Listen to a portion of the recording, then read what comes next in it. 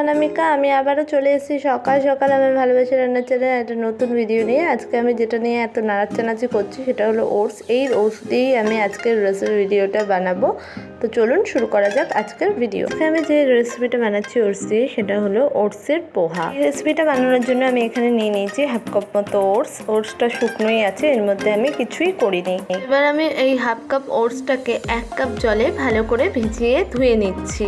তো ওটসটা খুব পাতলা একটা জিনিস, সেহেতু বেশিক্ষণ ভিজিয়ে রাখতে হয় না। এরকম জল দিয়ে তার মধ্যে হাত দিয়ে আস্তে আস্তে এরকমভাবে ধুয়ে নিলেই এর সাদা যে পাউডারের অংশটা সেটা বেরিয়ে যায়। তো জলটা ফেলে দিয়েছি, ফেলে দিয়ে এই স্ট্রেনারের মধ্যে রেখে দিয়েছি যে ওটসের বাকি যে জলটুকু সেটাও যেন ভালোভাবে ঝরে যায়। আর একটা গ্যাস জ্বালিয়ে তাতে একটা কড়াই বসিয়ে তাতে দিয়ে দিলাম 1 চামচেরও কম পরিমাণে অলিভ অয়েল। যেহেতু এটা হেলদি ওয়েতে করছি তাই অলিভ অয়েল ব্যবহার করেছি। এই জায়গায় আপনি অন্য কোনো তেলও ব্যবহার করতে পারেন।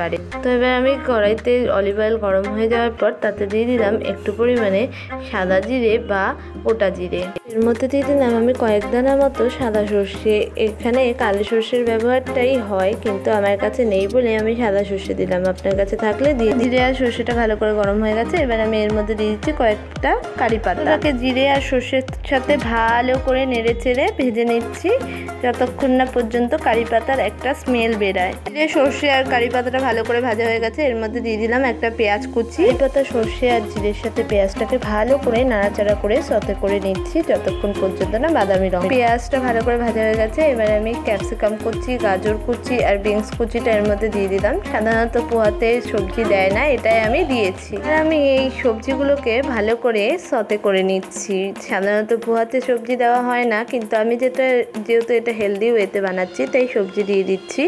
আপনারা যদি বাচ্চাদের জন্য বানান তাহলে সেক্ষেত্রেও আপনারা সবজি দিতে পারেন। ক্রাঞ্চিনেসটা বরাবর রাখার জন্য আর সবজিটা যাতে সিদ্ধ হয় তার জন্য একটু নুন দিয়ে দিলাম। যেটা নুনের সাথে ভালো করে নেড়ে চেড়ে আমি একটু ভেজে নিচ্ছি যাতে নুনের ফ্লেভারটা সবজির মধ্যে ভালোভাবে ঢুকে যায় আর সবজিটা ভালো করে সফটও হয়ে যায়। এটা ভালো করে ভাজা হয়ে গেছে। এবার আমি এখানে মুগফলি বা কাঁচা বাদাম দিয়ে দিলাম কিছুটা পরিমাণে, এবং কাঁচা বাদামটা ভালো করে ভেজে নিচ্ছি যাতে কাঁচা বাদামের ফ্লেভারটা সবজির মধ্যে চলে যায় এবং দুটোর ক্রাঞ্চনেসটা আর মুচমুচেনেসটা বজায় থাকে। এবং কাঁচা বাদামটা ভালো করে ভাজা হয়ে গেছে। এর মধ্যে আমি দিয়ে দিলাম জল ঝরিয়ে রাখা ওটসটা সম্পূর্ণটা। সবজি এবং বাদামটা ভালো করে নেড়ে চেড়ে মিশিয়ে নিচ্ছি যতক্ষণ পর্যন্ত না এটা ওটসের যে অতিরিক্ত জলটা রয়েছে সেটা শুকিয়ে যায় এবং ঝুরঝুরে হয়ে যায়। সেই ততক্ষণ পর্যন্ত এটাকে নেড়ে চেড়ে ভেজে নিতে হবে ভালো করে। তো এটা অনেকটা ভাজা ভাজা হয়ে গেছে। এবার এর মধ্যে একটু পরিমাণে আমি দিয়ে দিচ্ছি হলুদের গুঁড়ো।